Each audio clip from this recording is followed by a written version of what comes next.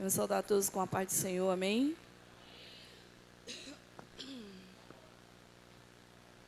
Gratos ao nosso Deus por mais uma noite. Convidamos os amados,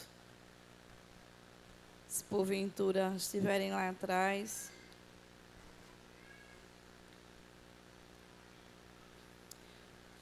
e eu convido os amados a se colocar de pé nesse momento, você que pode.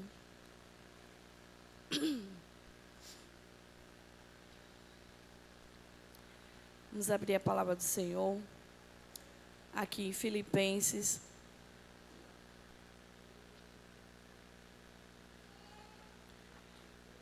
Filipenses capítulo 2.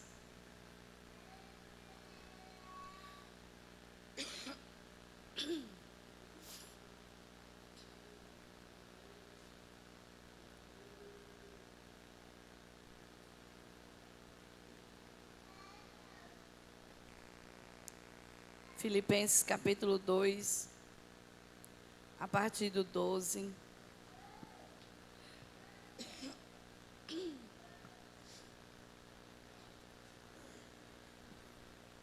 Terça-feira, estudo da palavra do Senhor. E essa passagem aqui de Filipenses capítulo 2, toda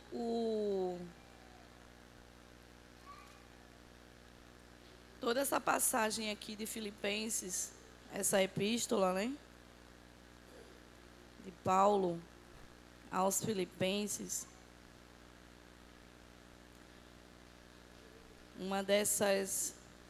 Desses capítulos, o capítulo 2, ele exorta nós, cristãos, a desenvolver a salvação com temor e tremor. E, como estudo da palavra hoje, nós temos a oportunidade de avançar um pouco mais, de estudar um pouco mais, de desenvolver um pouco mais, de obedecer um pouco mais, de praticar um pouco mais. E só através da palavra do Senhor, dos estudos, desses momentos que nós temos na casa do nosso Pai, porque o Senhor está nos capacitando. E aqui em Filipenses capítulo 2, a partir do 12, está escrito: assim, pois, amados meus, como sempre obedecestes, não só na minha presença, porém muito mais agora na minha ausência, desenvolvei a vossa salvação com temor e tremor, porque Deus é quem efetua em vós tanto o querer como o realizar, segundo a sua boa vontade. Fazei tudo sem murmurações nem contendas, para que vos torneis irrepreensíveis e sinceros, filhos de Deus, inculpáveis, no meio de uma geração pervertida e corrupta, na qual resplandeceis como luzeiros no mundo, preservando a palavra da vida, para que no dia de Cristo eu me glorie de que não corri em vão, nem me esforcei inutilmente. Olha só. Entretanto, mesmo que seja eu oferecido por libação sobre o sacrifício e serviço da vossa fé, alegro-me com todos vós, me congratulo. Assim vós também, pela mesma razão, alegrai-vos congratualmente.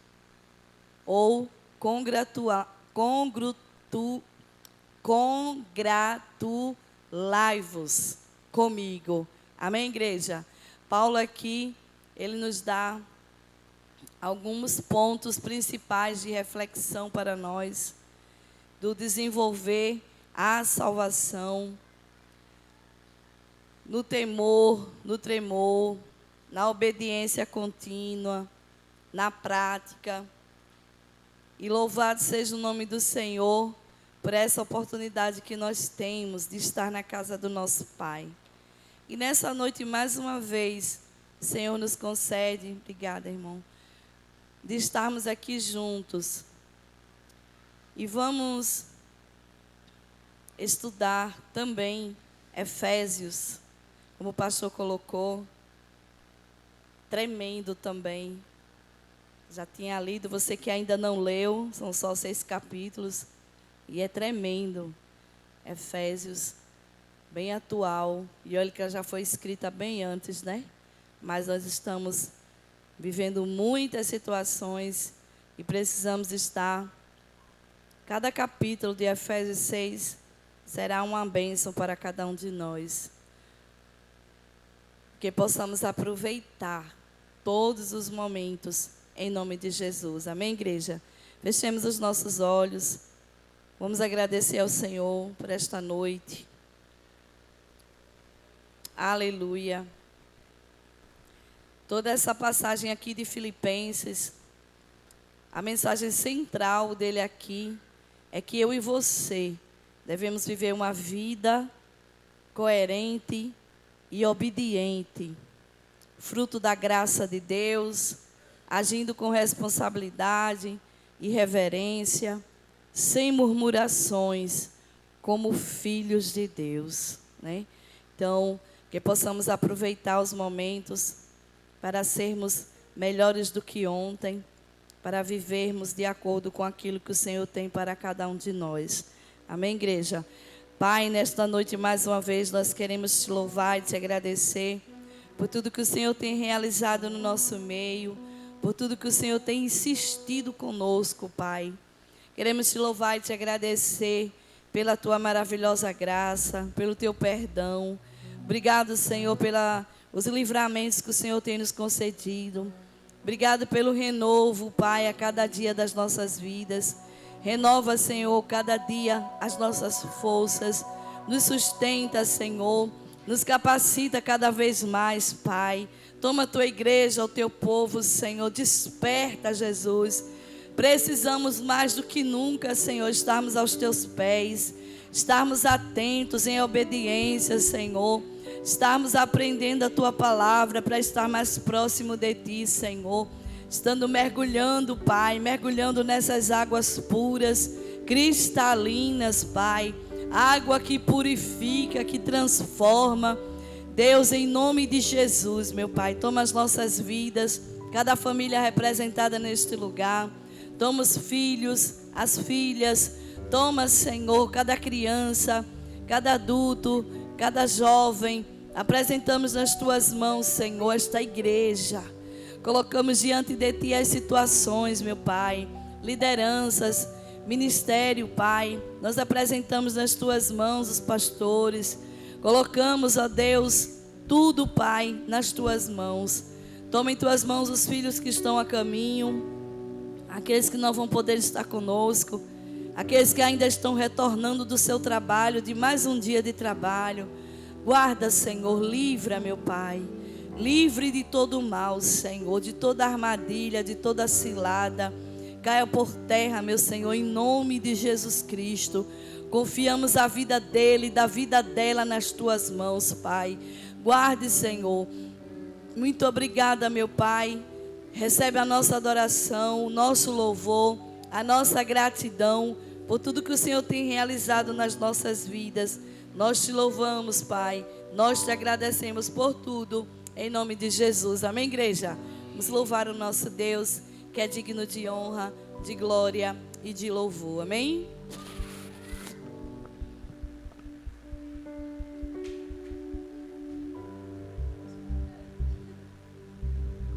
Saudamos a igreja com a paz do Senhor, amém? Vamos louvar o Senhor, igreja? Vamos louvá-lo com alegria. Você tem a oportunidade de sair do seu lugar e abençoar a vida do seu irmão, amém?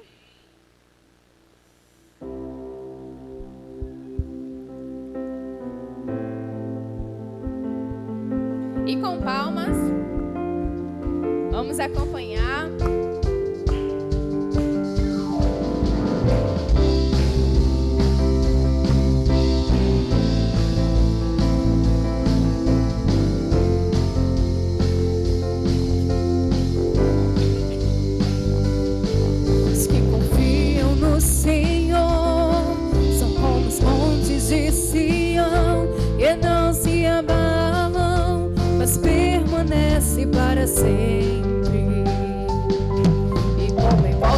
Jerusalém estão os montes, assim é o Senhor em volta do seu povo.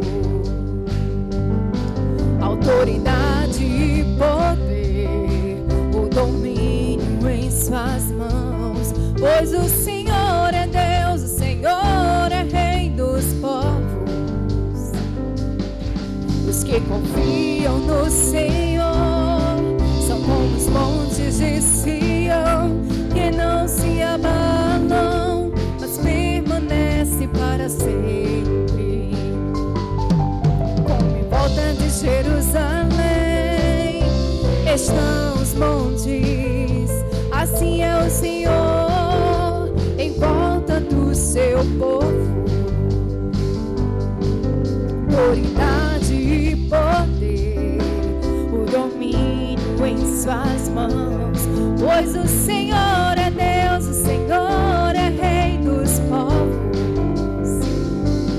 Cale-se diante dele a terra, dobre os joelhos, ergam as mãos, pois o Senhor é Deus, o Senhor é Rei dos povos.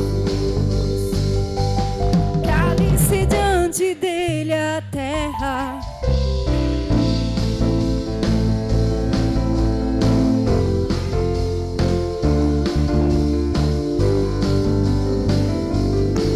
Os que confiam no Senhor são como os montes de Sião, que não se abalam, mas permanece para sempre. E como em volta de Jerusalém estão os montes, assim é o Senhor em volta do seu povo. Autoridade e poder, o domínio em suas mãos, pois o Senhor é Deus, o Senhor é Rei dos povos.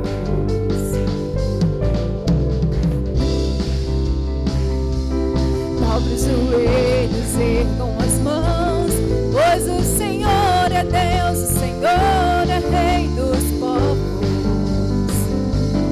Cale-se diante dele a terra, dobre os joelhos, ergam as mãos, pois o Senhor é Deus, o Senhor é Rei dos povos. Não dá, sem Jesus não dá. Não dá, sem Jesus não dá. Oh, não dá, sem Jesus não dá. Oh, não dá. Só o Senhor é Deus. Só o Senhor é Deus. Aleluia. Só o Senhor é Deus. Aleluia. Aleluia. Só o Senhor é Deus. Amém?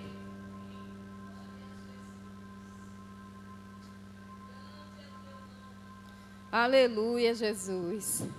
Que o Senhor reine nas nossas vidas hoje e sempre. Amém, igreja?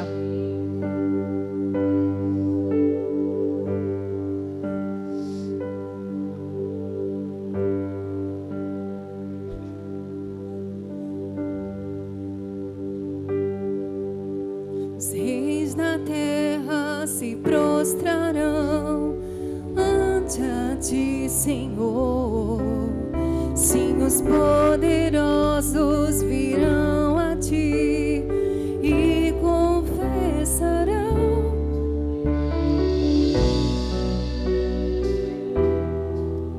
Senhor. Os reis da terra se prostrarão ante a ti, Senhor. Sim, os poderosos virão a ti e confessarão o teu poder, Senhor. Não apenas de palavras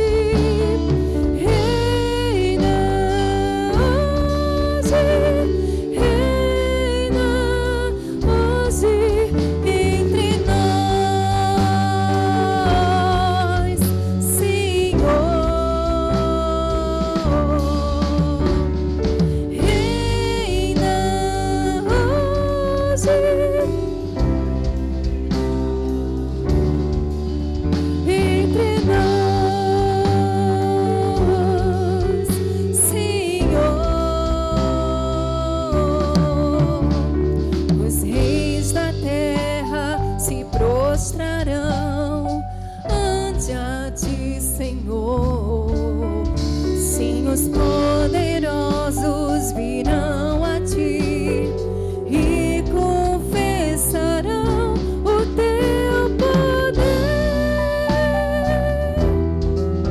Senhor. Os reis da terra se prostrarão ante a ti, Senhor. Sim, os poderosos virão a ti e confessarão o teu poder,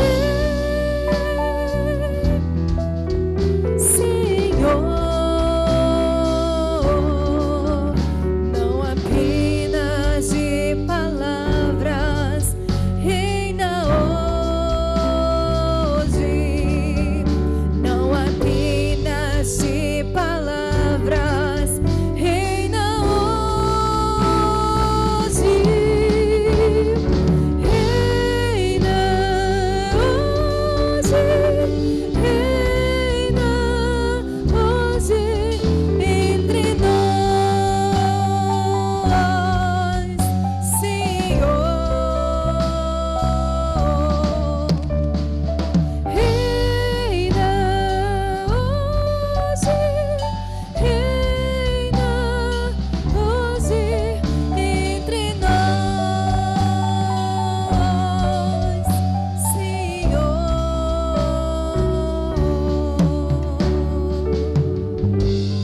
Em nome de Jesus, amém, igreja? A igreja pode sentar. É um momento de oportunidade.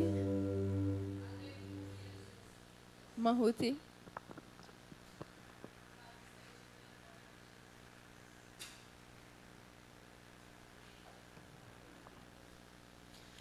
Amém. Quero saudar a igreja com a paz do Senhor. Convido você a abrir em Salmos 91.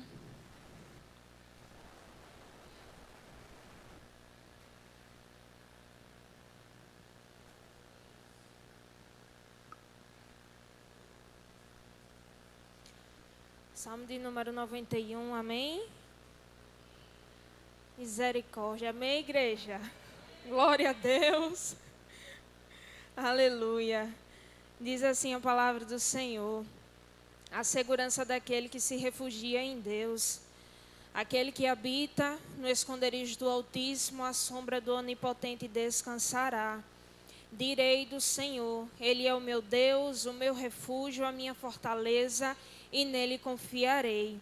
Porque Ele te livrará, me livrará do laço do passarinheiro e da peste perniciosa. Ele te cobrirá com as suas penas e debaixo das suas asas estarás seguro. A sua verdade é escudo e broquel. Não temerás o espanto noturno, nem seta que voe de dia, nem peste que ande na escuridão, nem mortandade que assole ao meio-dia. 1000 cairão ao teu lado e 10.000 à tua direita, mas tu não serás atingido. Somente com os teus olhos olharás e verás a recompensa dos ímpios. Porque tu, ó Senhor, és o meu refúgio, o Altíssimo é a tua habitação. Nenhum mal te sucederá, nem praga alguma chegará à tua tenda. Porque aos seus anjos dará ordem a teu respeito, para que te guarde em todos os teus caminhos. Amém, igreja? Amém. Louvado seja o nome do Senhor. Quero agradecer a Deus testemunhar. Hoje eu fui tomar banho, agora antes de vir para a igreja. E eu sou muito cismada, porque quem mora no Village sabe que o índice, né, de escorpião é muito grande e está na época deles. E eu sempre ando dentro de casa olhando em todo o tempo para o chão, sempre procuro estar de sandálias também, por conta da minha filha, né, a preocupação maior. E eu fui tomar banho, entrei no banheiro, olhei, não tinha nada. E, de repente, eu só tomei um susto, porque o chão ele é muito duro. E eu senti que eu pisei em algo que não era tão duro, era algo mais fofinho. E, na hora, eu tirei o pé assim. Quando eu olhei, eu tinha pisado no escorpião e ele não fez nada, não aconteceu nada. para a glória do nome do Senhor. E eu costumo tomar banho com a Samanta também para agilizar, e eu já ia chamar ela. Já ia pedir para que o Cássio trouxesse ela, e ela fica no chão, ela toma banho no chão lá. E ela não estava na hora. E louvado seja o nome do Senhor, que não nos aconteceu nada. O Senhor tem livrado, tem guardado e tem protegido o seu povo. Amém? Agradeço a oportunidade. Mais alguém?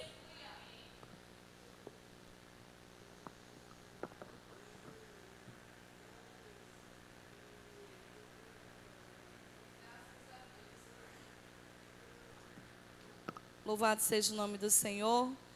Vamos seguir então, amados. Deus seja louvado. Vamos para os avisos da semana. Como a igreja já sabe, já conhece de toda a programação. Amanhã tem círculo de oração, se assim o Senhor nos permitir. A partir das 15 horas. Quinta, campanha de fé. Sexta-feira, os departamentos estão aqui reunidos. Sábado, escola bíblica. Domingo, culto da família. Amém, igreja? Graças a Deus, o Senhor tem nos concedido, nos dado livramento. Ontem mesmo nós já estávamos falando sobre este Salmo 91 também. Tem aqueles salmos que a gente guarda, né? No coração. E o Salmos 91 é um dos salmos que eu tenho guardado no meu coração. Segue-se os avisos da semana, como a gente já falou. E agora os dízimos e ofertas. Você que trouxe.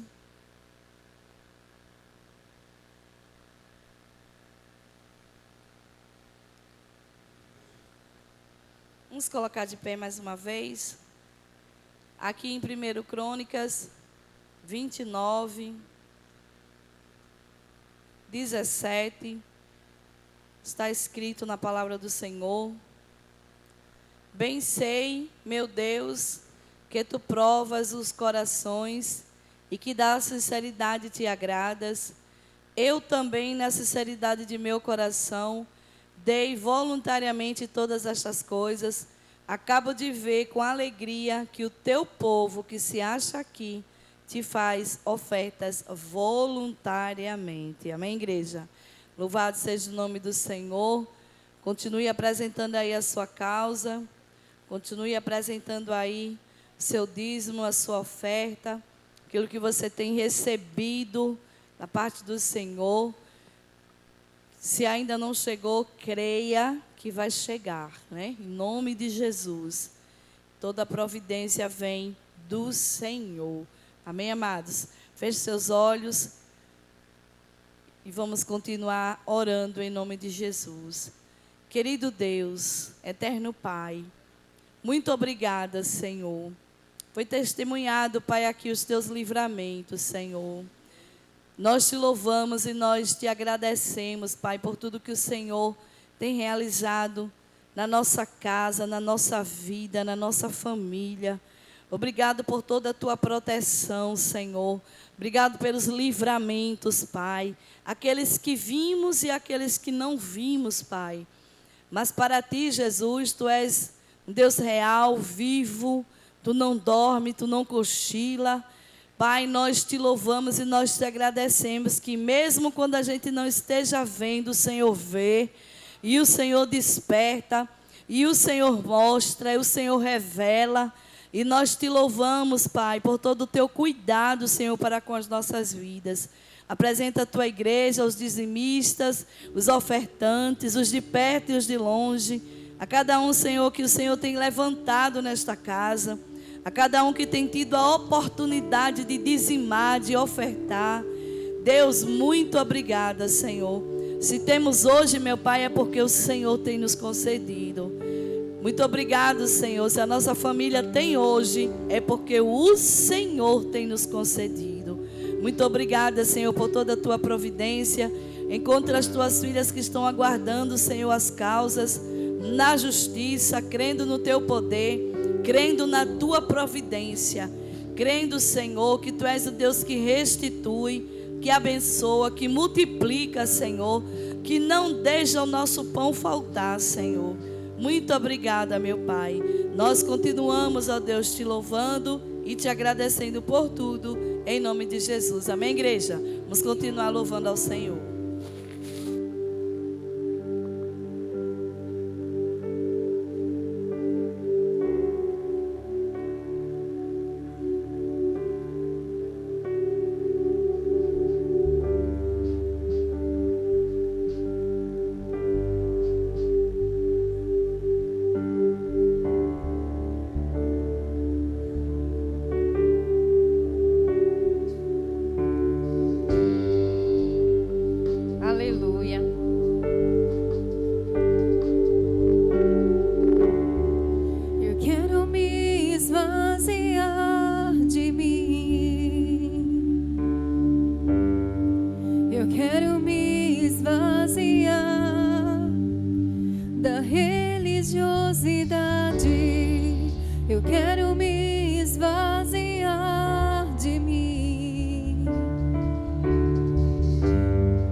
Eu quero me esvaziar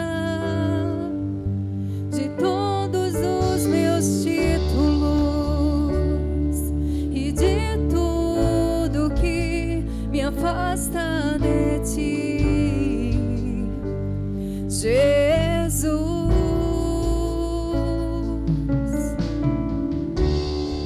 Eu quero me esvaziar de mim. Eu quero me esvaziar das dores e desilusões. Eu quero me esvaziar de mim. Eu quero me esvaziar da prisão do passado e de tudo que me afasta de ti, Jesus. Pra onde eu irei, Senhor? Pois só tu tens as palavras de vida eterna. Onde me esconderei? Tu és o ar que eu respiro, tua presença me atrai. Então inunda-me com o teu amor, transforma-me com o teu amor, atrai meu coração a ti, Senhor.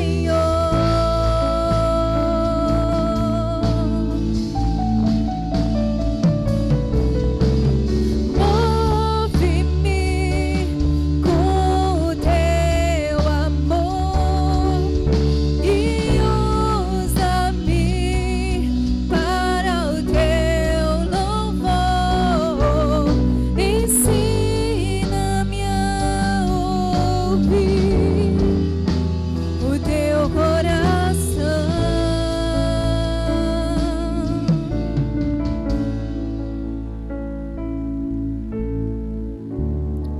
Eu quero me esvaziar de mim.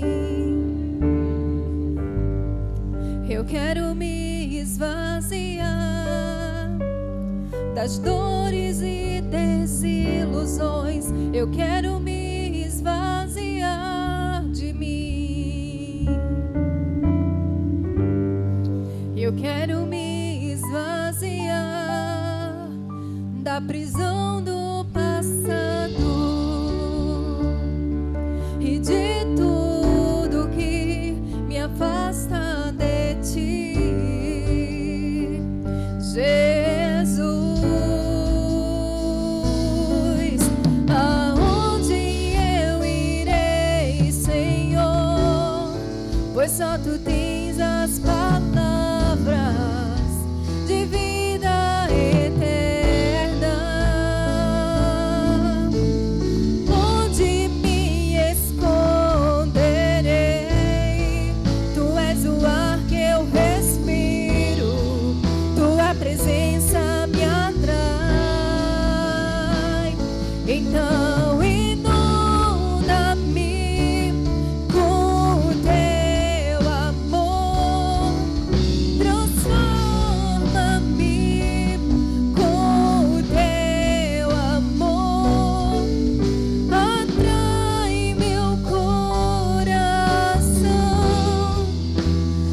Move, Senhor.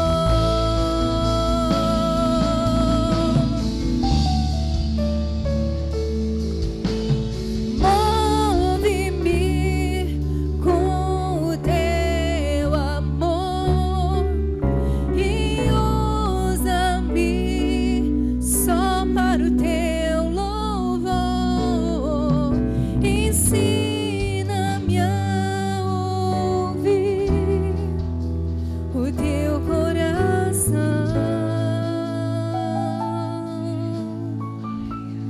Eu me esvazio, Senhor. Aleluia.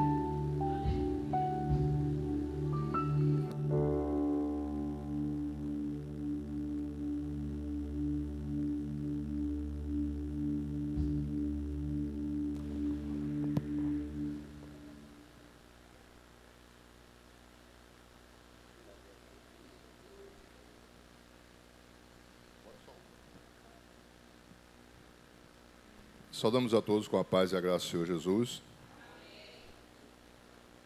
Cadê o Jefferson?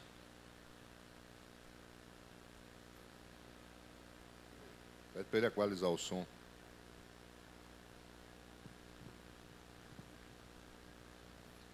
Tirar o grave. Vamos orar. Senhor nosso Deus, nosso Pai, te louvamos, ó Deus, te glorificamos, te agradecemos, ó Senhor, por toda a bondade e misericórdia do Senhor para conosco, Pai. Ó Deus, te agradecemos pela vida dos teus servos que aqui chegaram, a vida das tuas servas, aqueles, ó Deus, que estão que vão assistir o vídeo em algum momento, porque vai ser postado. Pai, nós te agradecemos pela vida do teu povo, Senhor. Abençoa a tua igreja, santifica o teu povo na verdade. Meu Deus, que a tua palavra, Senhor, nos traga, Senhor, um renovo de fé, de esperança, de vida, meu Deus, em Cristo, meu Pai, para louvor da tua glória. E te pedimos também, meu Deus, que o Espírito Santo nos traga entendimento e compreensão da tua palavra, Pai, e disposição, meu Deus, para obedecer, em nome de Jesus. Amém. Poder sentar.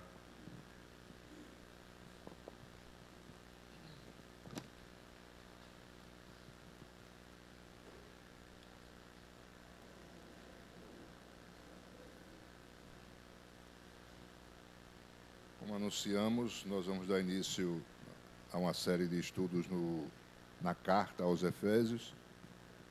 E, se Deus não mudar a direção, os estudos na sequência, serão sempre assim. Ou de uma carta, ou de um livro, né? Mas será um estudo contínuo, do começo ao fim. Efésios era uma cidade, né? Que tinha um grande porto, que tinha um grande comércio, era uma cidade próspera, mas uma cidade que vivia segundo os gregos, né? Segundo os costumes dos gregos, né? Das influências também dos romanos, e de acordo com uma vida mundana, né? Havia judeus também lá, porque quando foram espalhados pelo mundo, né, foram para várias regiões, e alguns estavam nessa cidade, havia sinagogas lá, né, como em outras cidades romanas e gregas. Quando os apóstolos chegavam, já tinha alguns judeus lá, mas os apóstolos chegaram lá, e Paulo e outros que passaram por cada uma dessas cidades, trazendo uma novidade, né? Trazendo o Evangelho, né? Uma mensagem que eles não entendiam, mas, graças a Deus, havia sempre aqueles que recebiam, davam crédito, acreditavam, né? E se convertiam. E Paulo, nesse momento que ele escreve a carta aos Efésios, Ele já estava no final, eu creio, da sua carreira, mas ele estava preso em Roma, né? Ele era um prisioneiro em Roma. E aqui ele escreve, do versículo 1 ao versículo 14, Paulo, apóstolo de Cristo Jesus, pela vontade de Deus, aos santos e fiéis em Cristo Jesus que estão em Éfeso. A vocês, graça e paz da parte de Deus, nosso Pai, e do Senhor Jesus Cristo. Bendito seja o Deus e Pai de nosso Senhor Jesus Cristo, que nos abençoou com todas as bênçãos espirituais nas regiões celestiais em Cristo. Porque Deus nos escolheu nele antes da criação do mundo, para sermos santos e irrepreensíveis em sua presença. Em amor, nos predestinou para sermos adotados como filhos, por meio de Jesus Cristo, conforme o bom propósito da sua vontade, para o louvor da sua glória, para o louvor da sua gloriosa graça, a qual nos deu gratuitamente no amado. Nele temos a redenção por meio de seu sangue, o perdão dos pecados, de acordo com as riquezas da graça de Deus, a qual ele derramou sobre nós com toda a sabedoria e entendimento, e nos revelou o mistério da sua vontade, de acordo com o seu bom propósito que ele estabeleceu em Cristo. Isto é, de fazer convergir em Cristo todas as coisas, celestiais ou terrenas, na dispensação da plenitude dos tempos. Nele fomos também escolhidos, tendo sido predestinados conforme o plano daquele que faz todas as coisas segundo o propósito da sua vontade, a fim de que nós, os que primeiro esperamos em Cristo, sejamos para o louvor da sua glória. Quando vocês ouviram e creram na palavra da verdade, o evangelho que os salvou, vocês foram selados em Cristo com o Espírito Santo da promessa, que é a garantia da nossa herança, até a redenção daqueles que pertencem a Deus, para o louvor da sua glória. Amém, queridos? Então, olha, esse texto, ele traz, assim, revelações tremendas, né? E traz também, no meio cristão, trouxe também esclarecimentos e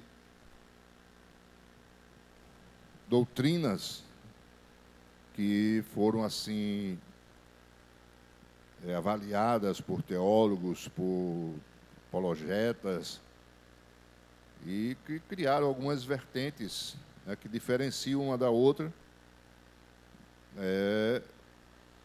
principalmente também no meio evangélico, né, nas igrejas evangélicas. E nós vamos ver algumas coisas aqui sobre isso. Do versículo 3 ao 14, no original grego, consta que o apóstolo Paulo, isso é uma expressão aqui de louvor, né? Ele está louvando a Deus, ele está expressando um louvor. Ele escreve isso aqui como um louvor. E na maneira como ele escreveu, ele fez como uma frase só, todo esse texto. Quer dizer, ele não colocou vírgula, ele não colocou pontuação nenhuma, é como se fosse no único fôlego, ele foi ali e escreveu tudo isso, como se ele estivesse falando tudo isso, né, sem necessidade de vírgula ou de pontuação. É algo assim interessante, né? E o texto ele apresenta especificamente a doutrina da redenção, né, dos redimidos de Cristo, mas sob a perspectiva da Trindade, né?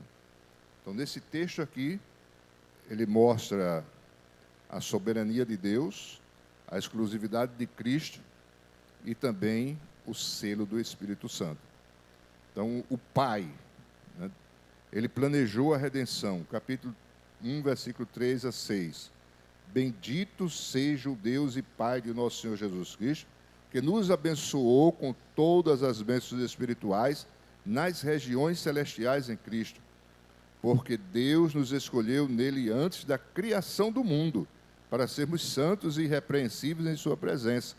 Em amor nos predestinou para sermos adotados como filhos, por meio de Jesus Cristo, conforme o bom propósito da sua vontade, para o louvor da sua graça, o qual nos deu gratuitamente no amado. Então, Deus ele fez esse planejamento, e aqui o texto expressa, né, antes da fundação do mundo. Aí vem, do 7 ao 12. Nele temos a redenção, falando que ele termina no 6 como gratuitamente no amado. Aqui, no amado se referindo a Jesus. Continuando, se referindo a Jesus, nele, perdão dos pecados, de acordo com as riquezas da graça de Deus, a qual ele derramou sobre nós com toda a sabedoria e entendimento, e nos revelou o mistério da sua vontade, de acordo com seu bom propósito, que ele estabeleceu em Cristo, isto é, de fazer convergir em Cristo todas as coisas, celestiais ou terrenas, na dispensação da plenitude dos tempos. Nele fomos também escolhidos, tendo sido predestinados, conforme o plano daquele que faz todas as coisas segundo o propósito da sua vontade, a fim de que nós, os que primeiro esperamos em Cristo, sejamos para o louvor da sua glória. Então, o sacrifício de Jesus, o ministério de Jesus, a morte de Jesus na cruz foi ele executando o plano de Deus, o Pai, desde a redenção do mundo, desde a fundação do mundo, ou antes da fundação do mundo, como está escrito. Versículo 13 e 14, já que ele dividiu aqui, né, conforme a Trindade, o Pai falou, os Filhos, e aqui o Espírito Santo, do 13 ao 14. Quando vocês ouviram e creram na palavra da verdade, o Evangelho que os salvou, vocês foram selados em Cristo, com o Espírito Santo da promessa, que é a garantia da nossa herança, até a redenção daqueles que pertencem a Deus, para o louvor da sua glória. Amém? Queridos, na soberania de Deus, versículo 3 e 4, fala que foi antes da fundação do mundo que Deus tomou essa decisão. Ele, antes da fundação do mundo, ele planejou tudo isso. Antes que nós pudéssemos expressar qualquer mérito, nós nem existíamos nesse mundo. Antes da fundação do mundo, nem o mundo existia. Então, para se entender Deus, está difícil, né? O homem querer entender as coisas de Deus, né? Quando a gente estiver lá com Ele, vai ser mais fácil Ele nos explicar, né? Mas, como está escrito, amados, na eternidade, a grandeza de Deus, né? O Deus que formou todas as coisas, criou todas as coisas, soberano, né? Ele planejou, ele já teve esse propósito de salvar, de redimir. Então, ele já tinha todo esse projeto, né, de criação do mundo, de formação, né, da terra, de como ia surgir as coisas da terra, como ia formar os animais e como formou o homem e o que ia precisar para redimir o homem. E o filho estava com ele, aceitou executar o plano do Pai. E depois que ele subiu aos céus, vem o Espírito Santo e completa, sustenta essa obra agora, até aquele dia que nós vamos ser recolhidos pelo Senhor, né? Onde Ele nos dá esse selo, essa garantia. E conforme diz aqui o propósito da sua vontade, versículo 5, em amor nos predestinou para sermos adotados como filhos por meio de Jesus Cristo, conforme o bom propósito da sua vontade. Quando ele fala no versículo 5, a questão que ele predestinou, né, isso divide, é um dos temas mais polêmicos, né, das doutrinas que há, mas que já existia. A época de Paulo, antes de Paulo, os judeus, né, que já viviam ali desde a fundação do segundo templo, já tem registro disso, tal, que eles estudavam e que tinham ideia e tinham entendimento sobre, ou discussões sobre essa questão da predestinação do povo judeu, do povo descendente de Abraão, que eram os escolhidos, né? E que eles seriam os salvos e que eles estavam na terra para trazer luz às nações, né? Eles tinham essa definição assim. E que as igrejas, depois, né, de Paulo, depois de Cristo, né, começaram a discutir nos primeiros 3 séculos e definir, né, como o que seria, como explicar essa questão da escolha de Deus e tudo mais. E se criou assim, que os 3 primeiros séculos eram chamados, esses teólogos daquela época, os pais da igreja, aqueles que trouxeram os estudos da vida de Jesus, da vida dos apóstolos, dos escritos dos apóstolos, e que formaram a igreja, né? Estabeleceram as bases da igreja cristã. Então, havia a igreja em Roma, havia a igreja em Constantinopla, que se desenvolveram mais, e havia as igrejas em outras cidades, como Éfeso e outras, né? Mas, com o passar dos séculos, algumas cidades foram sendo dizimadas, foram sendo extintas, né? Mas a igreja, ela não era ainda definida,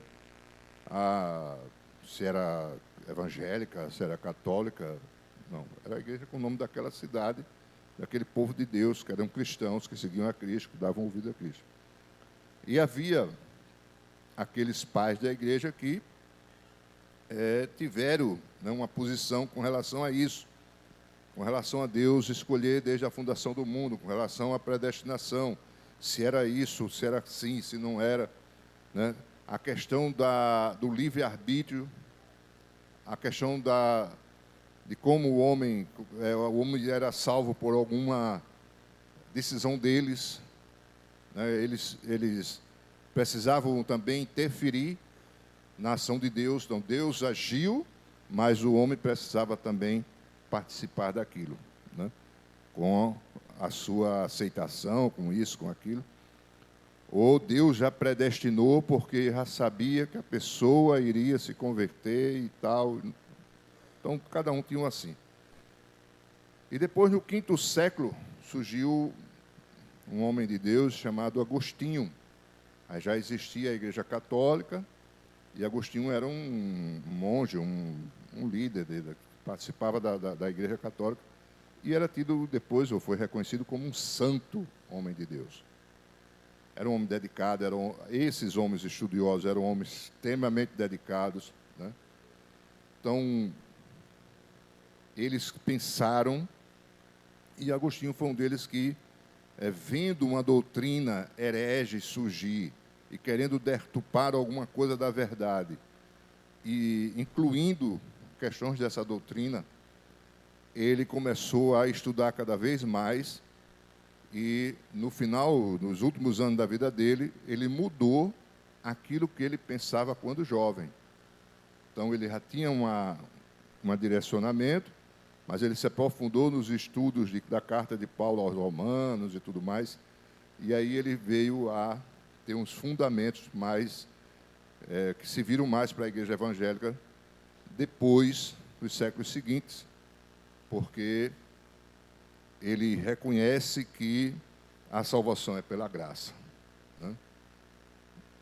A intervenção humana ela não poderia existir, porque Deus já tinha escolhido, Deus já tinha planejado, e o homem, se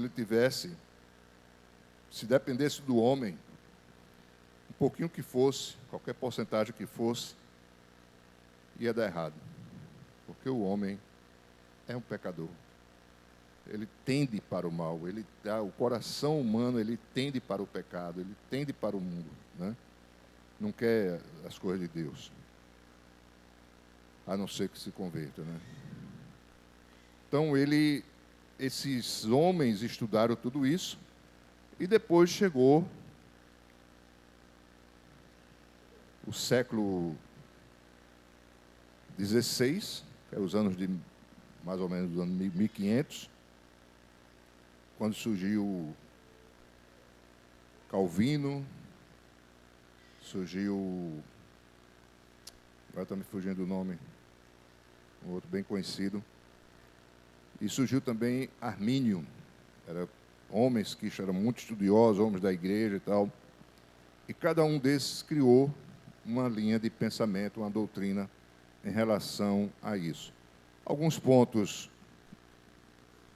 bem semelhantes, mas alguns pontos bem diferentes em relação a essa questão da predestinação, que os presbiterianos aceitam a visão de Calvino, e os batistas seguem mais pela linha do arminiano, né, dos arminianos. E não há para os batistas essa predestinação, como que Deus já predestinou quem vai ser salvo e vai ser assim, assim, assim. E para os presbiterianos é assim, né? Já para os batistas tem a questão da salvação que não vai se perder, né? Uma vez salvo, salvo para sempre. Então, os batistas tinham essa questão que eram totalmente criticados pelos presbiterianos, e os presbiterianos eram totalmente criticados pelos batistas, porque o entendimento deles sobre predestinação não era coerente segundo os estudos deles, segundo as doutrinas deles. Então, o que o texto fala, né? Que nós devemos entender. Deus, Ele é onisciente, Ele é onipotente. Nós tivemos, sábado aqui, as crianças, né, da salinha da tia Lu, né, trazendo aquela mensagem em cima disso. Deus é onisciente, onipresente, onipotente, né? Ele é eterno e Ele sabe, né? Ele conhece todas as coisas, Ele sabia quem ia aceitar, Ele sabia quem não ia aceitar, Ele sabia quem ia crer, quem não ia crer, Ele sabia quem ia pregar o Evangelho, quem não ia pregar o Evangelho, né? Então Deus, Ele tem esse conhecimento. Agora, muita discussão e debate se desenvolve sobre essas coisas, e isso não define a vida eterna. Ter uma formação teológica, ter uma coisa assim, não, eu vou para o céu porque sou arminiano. Ninguém vai para o céu porque é arminiano. Eu vou para o céu porque eu sou calvinista. Porque eu adotei o calvinismo. Aí assim, é por isso que eu vou ser salvo. Não vai ser salvo por isso, né? Então, o básico é que nós somos salvos por Cristo, redimidos por Cristo, né? Estamos em Cristo. Então, essas questões teológicas, né, vai ter sempre isso. Alguém que defende vai encontrar textos bíblicos que vai dizer, olha, assim, assim, assim. E vai ter o outro que vai dizer, não, mas isso é assim, assim, assim, assim. Então, são coisas que antes já havia esse debate no judaísmo. Os fariseus pensavam de um jeito, os saduceus pensavam de outro, e os assênios pensavam de outro jeito. Eles já não tinham alcançado uma concordância. Depois vem os evangélicos, os cristãos, também não encontraram concordância. E hoje, depois de 2000 anos, a gente vai querer discutir uma coisa, querer brigar por uma coisa. Quem é que vai encontrar concordância nisso? Então, cada um, por exemplo, meu pai e minha mãe eram presbiterianos. E eu dou testemunho que eles eram cristãos. Né? Crentes, servos de Deus, salvos em Cristo Jesus. Aí a presbiteriana é calvinista. A teologia dele vai baseada em Calvino. Meu pai tinha todos os livros de Calvino, chamados As Institutas de Calvino. É uma coleção grande. Meu pai tinha e leu, porque ele tinha muitos livros, mas os livros dele ele lia. Né? E conheço os outros que são batistas, como nós, batistas. Né? E tem aqueles batistão que se apegam a essa questão, né, principalmente alguns anos mais atrás, de debater, de querer defender, né, porque eu sou arminiano, porque arminiano... Quem é que você acredita? Você é arminiano ou você é calvinista? Né? O que é que você defende? Quer dizer, eu vi crentes batistas, como meu pai, como minha mãe, que eram batistas também, eram crentes, eram salvos, eram redimidos. Eu vi meu pai e minha mãe como presbiteriano também, e tantos outros. Quer dizer, isso não interfere na salvação, na redenção.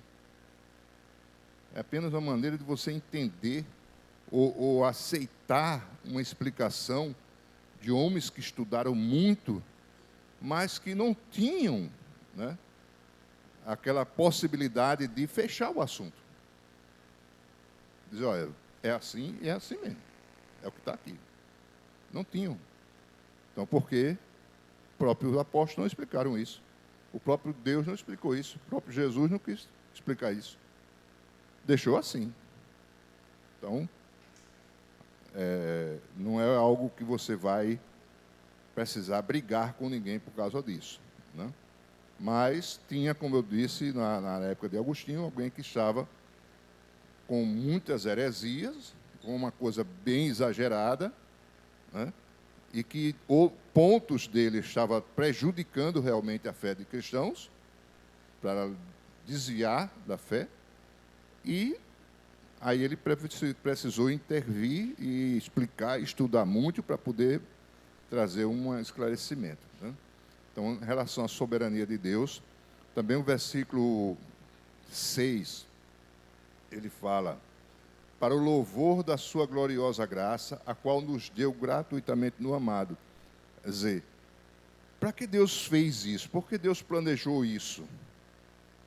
Há uma motivação: para o louvor da sua gloriosa graça. Não foi para o louvor do homem, não foi para outras coisas, mas para o louvor da sua graça. A graça de Deus é o perdão, é a misericórdia, é Jesus Cristo. É o que Ele fez através de Jesus Cristo. O dom que Ele nos deu em Cristo Jesus. De graça, favor imerecido. Ninguém merecia que Jesus fosse morto lá na cruz para lhe salvar. Então, pela graça, a sua gloriosa graça.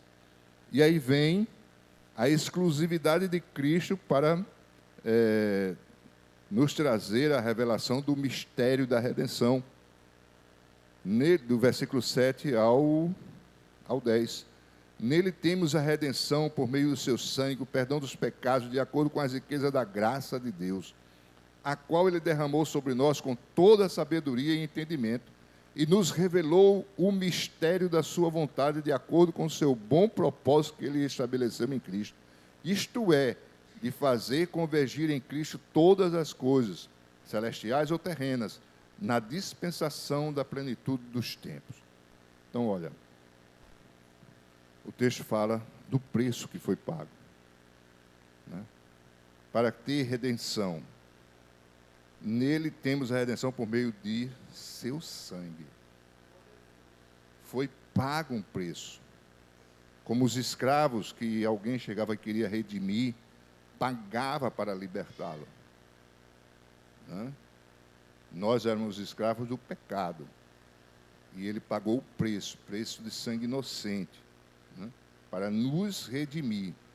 Porque o que houve na lei, aquele que pecar, morrerá. Deus não mudou a lei, né? Mas Deus planejou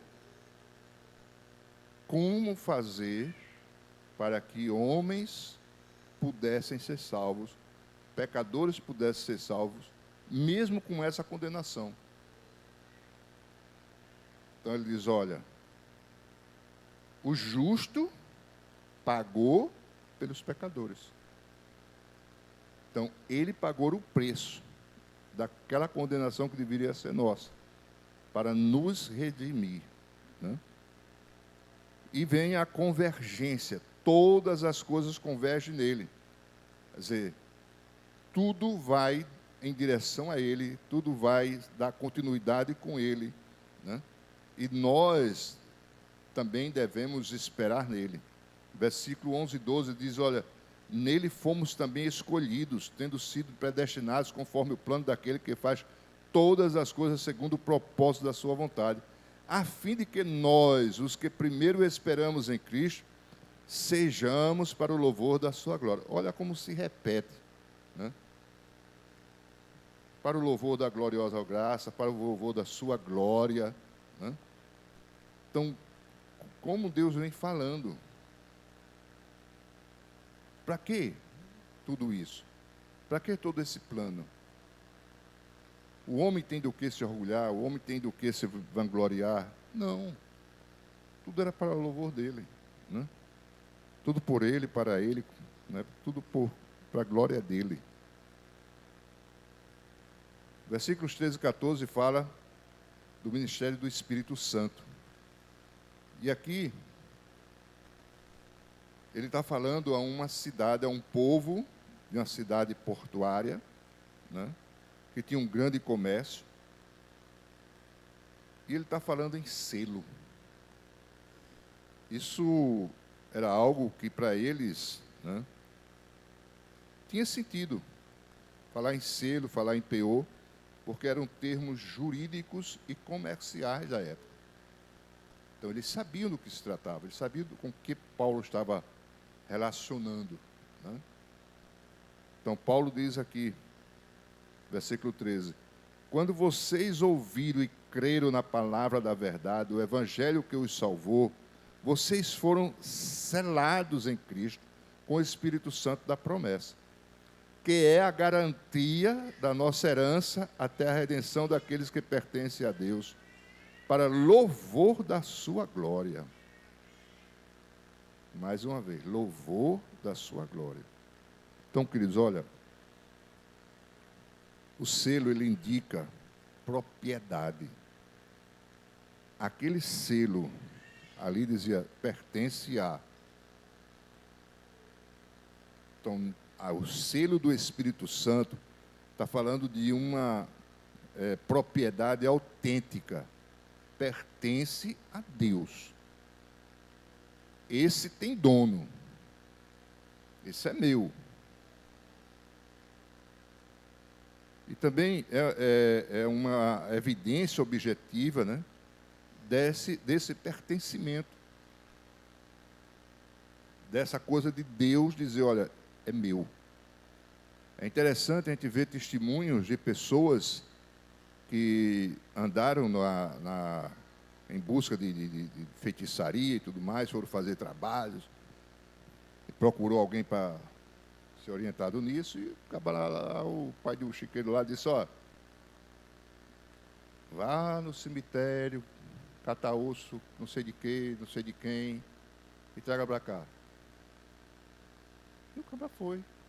De noite, meia-noite, tinha que ser meia-noite, tinha que ser isso. Fez aquilo ali, levou para ele. Quando chega lá, não, tira isso daqui, não sei o quê, tal. Mas por quê? Por que você não quer? Porque isso é do homem grande. Esse é do homem grande. Aí o camarada começou a procurar saber quem era esse homem grande. O homem grande é Jesus. Ele disse, então tem um maior do que ele, né? Tem um maior do que o bicho ruim aqui, né? Aí foi e se converteu. E conta esses testemunhos. Né? E não é só um não, tem vários que contam esse tipo de coisa. Então, são coisas que até os ossos. Estava lá a marca. O espírito maligno soube identificar. Né? Dizer, isso aí não pode pegar não. Então, os olhos naturais, eles não enxergam, mas o espírito, ele enxergou. Né? E quando fala em penhor, né, que é a garantia da nossa herança, que tem outra versão que diz que é o penhor da nossa herança, né? A garantia é o penhor. A garantia é a garantia que o bem será resgatado. Aqui, alguns anos atrás, eu tinha um amigo que trabalhava na Caixa e ele falava do setor que havia lá, que era muito movimentado, o setor de penhores. E havia, muitas vezes, leilão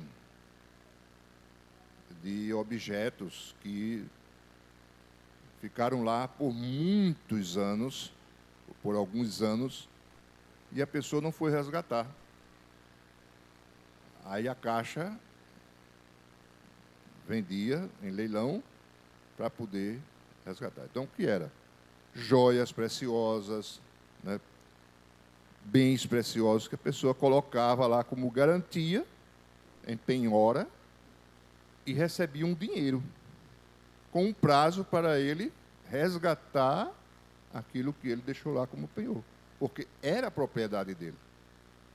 Só que, pelo contrato, passaram-se tempos, ele não foi buscar, e aí tinha um prazo para a Caixa, então, ter o direito de fazer o leilão e ter algum retorno daquele dinheiro que a Caixa emprestou.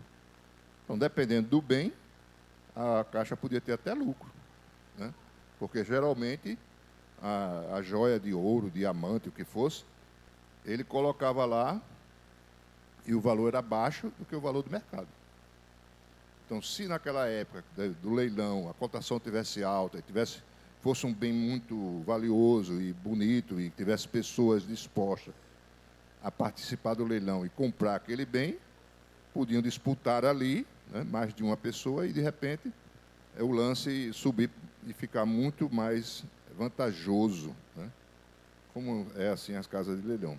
Então, o Espírito Santo, ele vem e sela, e diz, isso aqui é de Deus, e ele é o penhor de que nós, um dia, estaremos na plenitude com Deus.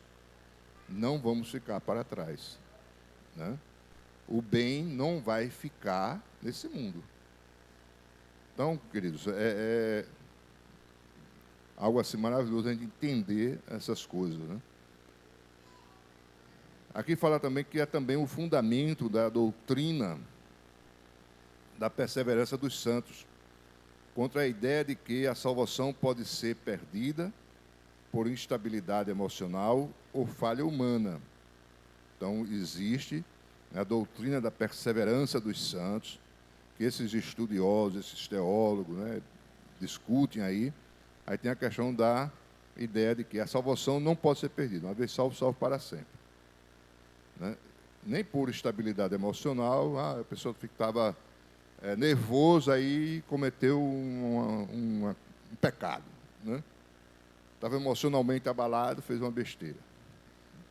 Aí perdeu a salvação. Não é por isso, segundo essa doutrina. Ou falha humana, né? A pessoa estava lá e tal, aí de repente surgiu uma coisa lá, e era uma proposta de uma tentação, e a pessoa caiu na tentação. Também não é por isso que você vai perder a salvação. Inclusive, tem gente que, misericórdia. Dia da ceia, já vi muitas vezes isso acontecer. Tem pessoas que deixam de cear. Por quê? Não, porque eu fiquei irado com a minha irmã, eu fiquei irado com meu pai ficou. O homem ficou irado com a mulher com o homem. Eu disse um negócio, eu não devia ter dito. Aí não pode ceiar. Ou seja, como já estou no inferno, né? Já estou no pecado, já não tenho mais Cristo, já não tenho mais nada. Então, tem coisas que são muito aquém, né? Muito longe disso. A gente não está salvo e perdido por qualquer coisa. Se nós estamos salvos, estamos salvos. Então, essa doutrina aqui, ela tem um porém, né? Que é Romanos 8,35, que diz, que pergunta, né? Quem nos separará do amor de Cristo? Aí ele vem trazendo uma relação ali, nada daquilo ali que é citado pode nos separar do amor de Cristo. Então, não há no mundo, não há espírito imundo, não há nada, né, que possa nos separar do amor de Cristo. Nem a morte, nem nada. Mas, 1 Timóteo 4, versículo 1, diz assim, olha, 1 Timóteo 4, 1. O Espírito diz claramente que nos últimos tempos alguns abandonarão a fé. Outras versões dizem apostatarão da fé. E seguirão espíritos enganadores e doutrinas de demônios. Tais ensinamentos vêm de homens hipócritas e mentirosos que têm a consciência cauterizada. Então, olha só. Nada pode nos separar do amor de Cristo. Se fosse possível, Satanás fazia isso com qualquer um. Né? Aprontava sempre e qualquer um perdia a salvação. Nada pode nos separar do amor de Cristo. Mas existe uma questão aqui. Apostasia. Apostasia não é algo que acontece de fora para dentro. É algo que acontece de dentro para fora. Quem pode apostatar da fé? Quem pode apostatar da fé? Hein? Mais alto, irmão. Está com preguiça. Os que têm fé. Só pode... Sim, mas não ouvi. Sim. Só pode apostatar da fé quem tem fé. Então não é uma palavra para o mundo. Não é uma palavra para incrédulos. É uma palavra para cristãos. Então, como que uma vez salvo, salvo para sempre, se pode haver apostasia? Se o Espírito diz que haverá apostasia, não é que pode haver, haverá apostasia. Nos últimos tempos. E nós estamos vivendo essa época. Né? Terrível apostasia. Então, são coisas que é preciso refletir, é preciso orar, é preciso... Quem quiser discutir, que discuta. Né? Mas nós precisamos estar prontos. Nós precisamos estar guardados. Porque uma coisa é certa, se eu sou salvo, eu tenho prazer de fazer a vontade de Deus. Ah, você não erra? Não, peca. Sempre pecamos. Se disser que não peca, já é mentiroso, já está pecando. Né? Mas você tem prazer no pecado? Você vive no pecado? Não. Né? Você escuta a palavra de Deus, se arrepende daquilo que Deus está lhe mostrando que está errado? Você se rende à vontade do Senhor? Você está em Cristo. Né? Você está fazendo certo. Você resiste, mas chega um ponto que você se rende. Amém. Sofre umas consequências, sofre umas lapadas, né? Sofre uns reveses na vida, perde alguma coisa. Aí, eita, estava resistindo ao Senhor, estava na teimosia, agora me endireito. Pronto. Enquanto a vida é esperança. Né? Então, nós não podemos julgar quem tem salvação nem quem não tem salvação. Nós podemos ver que aquela situação ali é uma situação que está errada, está em pecado. Podemos orientar, podemos alertar, que a gente faça, né? Se há possibilidade de a gente fazer isso. Mas nós não temos que estar discutindo essas coisas, né? Precisamos estar crendo e buscando. Olha, eu sou um homem de Deus, eu sou uma mulher de Deus, eu vou buscar o caminho do Senhor. Eu vou procurar fazer a vontade de Deus. Vou procurar o que é justo, o que é certo, o que é verdadeiro, né? Eu vou entender a palavra de Deus, vou conhecer a palavra de Deus, fazer a vontade de Deus, ser obediente, ser fiel. Vou me aperfeiçoar, vou estar à disposição do Senhor para que a sua palavra, o seu Espírito, venha trabalhando em mim, me aperfeiçoando cada dia mais, né? Até que a gente alcance a vida eterna com Cristo. Mas pode acontecer, como aconteceu com muitos, que apostataram da fé. Então, essa doutrina da perseverança dos santos, quanto diz, olha, não pode haver perda da salvação. Nada externo pode tirar a salvação da gente. Se alguém se desviou e dizer, não, a culpa foi do diabo. Não, não foi do diabo. Não, eu me desviei por causa do pastor. Não foi por causa do pastor. Eu me desviei por causa do líder, não sei. Não foi, meu filho. Eu estava na igreja, eu estava tão bem, mas a minha mulher me tirou da igreja. Não, não foi, meu filho. Estou perdido hoje no mundo por causa da... Não, não foi. Se você se desviou, se alguém se desviou, foi culpa sua. Se você perdeu a salvação, foi você.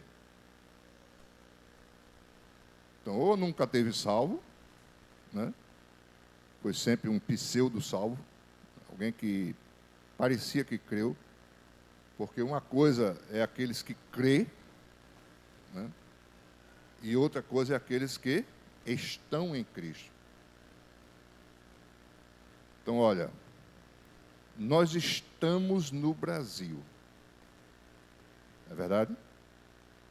Nós estamos nos limites do território brasileiro. Por isso estamos no Brasil. Se nós viajássemos para a Europa ou qualquer outro lugar, a gente estaria no Brasil? Não.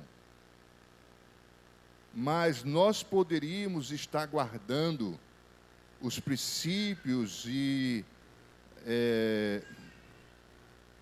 uma conduta correta que nós aprendemos no Brasil? Então, espiritualmente, nós estamos em Cristo. E nós temos limites. Onde Jesus diz, olha, até aqui, viu? Daqui diante você está no mundo. Nós podemos, e nós vivemos no mundo aqui. Né? Mas quando eu estou espiritualmente em Cristo, eu estou de acordo com a sua palavra, com a sua vontade. O brasileiro podia sair daqui para qualquer lugar como cristão e ser um missionário de Cristo.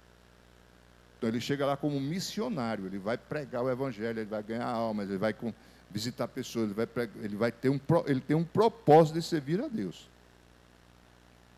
Tem outros que estão aqui e vão a passeio e voltam. Tem outros que vão, né, se desmantelam, faz um monte de bagunça lá na vida dele, porque ninguém vai ver, né? Aí depois, quando bem quer, ele volta. Aí faz de conta que está no Brasil. Eu sou brasileiro. Eu sou, aqui no Brasil, eu sou um brasileirinho mesmo, daquele mesmo, raiz. Né? Quando eu estou aqui na igreja, eu sou um crente mesmo. Mas quando eu pego uns capolos por ali, vou não sei para onde, aí já viu, né? Então, olha, quando nós estamos em Cristo, nós temos os limites da palavra de Deus em nosso coração. Então, eu sou um cristão e tenho amizades de trabalho, pessoas que não são cristãs. E eu vou começar a andar com essas pessoas para lugares extra-trabalho. Não, mas eu não bebo, eu não fumo. Eu só estou ali batendo papo com os meus amigos, né? Porque, né? Você está dando lugar a cair. Está dando lugar a carne. Agora, eu estou ali e estou com uma missão. Se derem brecha, eu prego a palavra, eu testemunho da palavra, eu convido para a igreja, eu estou ali em oração. É só aparecer Jesus, me dá uma oportunidade. Falarem uma besteira, eu estou aqui. Pô, é assim, pô, é assim, pô. Aí quando pensa que não, ganhou um, ganhou outro, estava orando, intercedendo, chegou no trabalho, falou com um, falou com o outro, pregou, deu testemunho. Onde andou, deu testemunho de crente, entrou e saiu como crente. Havia um grupo, eu não sei se ainda existe aqui, de uma igreja pentecostal, Assembleia de Deus pentecostal, que fazia um trabalho de madrugada, quando existia um monte de bares ali, antes de prostituição e tudo, na entrada do conjunto. E eles faziam um trabalho de madrugada, ia homens e mulheres, parando, chamando as pessoas, falando com um e com o outro, na mesa, nos cantos, com prostituta, falando a palavra de Deus, resgatando um, resgatando o outro, encontrando pessoas que estavam desviadas, falando do amor de Cristo para aquelas pessoas, orando por elas. Eles estavam naquele meio, mas eles não perderam os limites de Cristo na vida deles. Saudade de Cristo, né?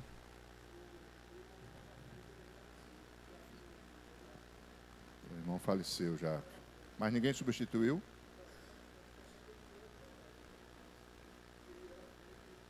Bom.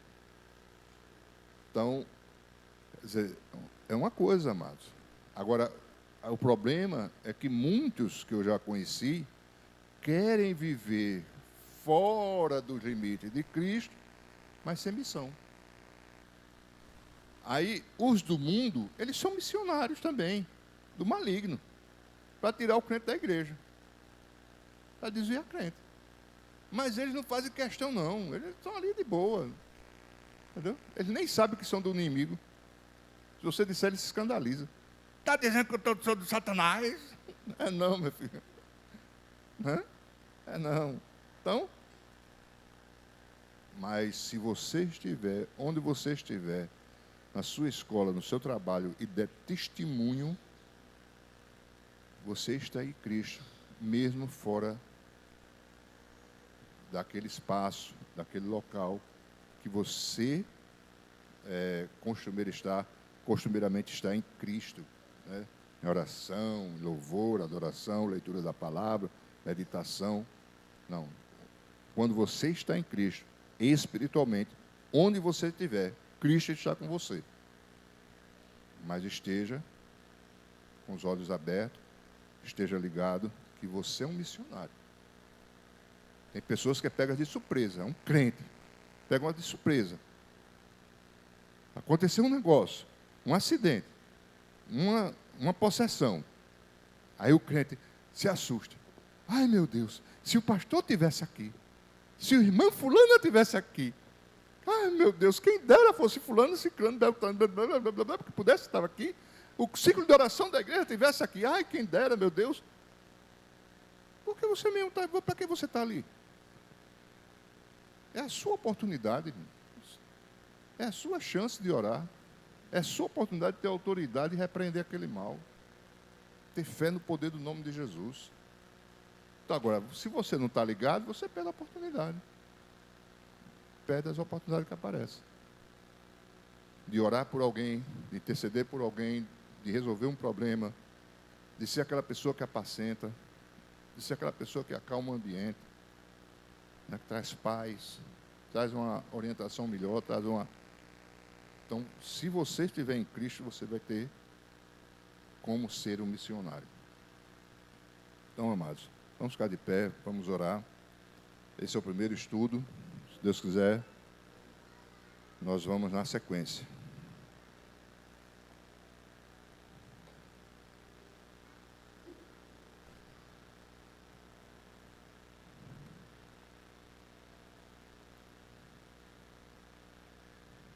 Vamos orar. Glórias a Ti, Senhor. Te bendizemos, te agradecemos, ó Deus, por esta noite, por esse estudo, por esta carta, meu Deus, escrita pelo apóstolo Paulo, que nos chega até hoje, Senhor, preservada e guardada, para que nós pudéssemos estar aqui estudando e aprendendo mais de Ti, meu Pai. Ó Deus, firma-nos na verdade, ajuda-nos, fortalece-nos em Cristo Jesus, sustenta-nos, Pai, pois do Senhor é o reino, o poder, a honra e a glória, meu Deus. Em nome de Jesus, abençoa teus servos, que voltem para casa em paz, em segurança, guardados e protegidos pelo Senhor, em nome de Jesus. Amém e amém. Pai, seja convosco, amados.